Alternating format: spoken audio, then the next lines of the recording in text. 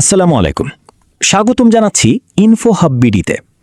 আজ আমরা জ্যামিতির একটি বাস্তব সমস্যার সমাধান দেখব। আমাদের সমস্যাটি হলো ২০ মিটার লম্বা একটি মই দেয়ালের সাথে খাড়াভাবে আছে। মইটির গোড়া দেয়াল থেকে কত দূরে সরালে উপরের প্রান্ত ৪ মিটার নিচে নামবে। আমাদের আজকের মূল কাজ হলো এই শব্দগুলোকে গাণিতিক চিত্রে রূপান্তর করা। প্রথম ধাপে আমরা মইটির প্রাথমিক অবস্থান দেখে নিই।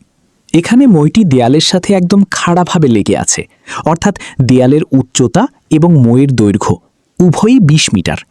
এই অবস্থায় আমাদের ভূমি বা মইয়ের গোড়া থেকে দেয়ালের দূরত্ব হল ০। দ্বিতীয় ধাপে আমরা মইটির গোড়া দেয়াল থেকে এক্স দূরত্বে সরিয়ে নিলাম। এর ফলে মইয়ের ওপরের প্রান্তটি ৪ মিটার নিচে নেমে আসলো।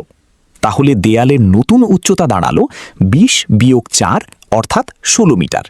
মইয়ের দৈর্ঘ্য কিন্তু অপরিবর্তিত বা ২০ মিটারই থাকল। এখন এই বাস্তব চিত্রটিকে আমরা জ্যামিতিক চিত্রে রূপান্তর করি।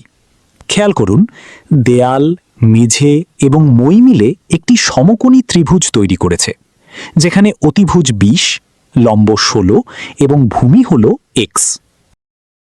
যেহেতু এটি একটি সমকোণী ত্রিভুজ, তাই আমরা বিখ্যাত গণিতবিদ পিথাগোরাসের উপপাদ্য ব্যবহার করব। সূত্রটি হল ভূমি স্কয়ার প্লাস লম্ব স্কয়ার সমান অতিভুজ স্কয়ার। এবার আমাদের জানা মানগুলো সূত্রে বসিয়ে পাই। অতিভুজের জায়গায় ২০ এবং লম্বের জায়গায় ১৬ বসাই। আমাদের সমীকরণটি দাঁড়াবে x square plus 16 square is equal to 20 square. আমাদের গাণিতিক সমীকরণটি এখন পুরোপুরি প্রস্তুত। এখন শুধু ক্যালকুলেশন করে এক্স এর মান বের করতে হবে। সমাধানের প্রথম ধাপে আমরা স্কয়ারের কাজগুলো করি। ১৬ এর স্কয়ার ২৫৬ এবং ২০ এর স্কয়ার হল ৪০০। এরপর পক্ষান্তর করলে পাই এক্স স্কয়ার ইকুয়ালস ৪০০ মাইনাস ২৫৬। বিয়োগফল দাঁড়াচ্ছে ১৪৪। যেহেতু আমাদের শুধু এক্স এর মান প্রয়োজন, তাই ১৪৪-এর বর্গমূল করলে আমরা পাই ১২, অর্থাৎ এক্স ইকুয়াল টু ১২। ফলাফলটি এবার বাস্তব চিত্রে মিলিয়ে দেখি।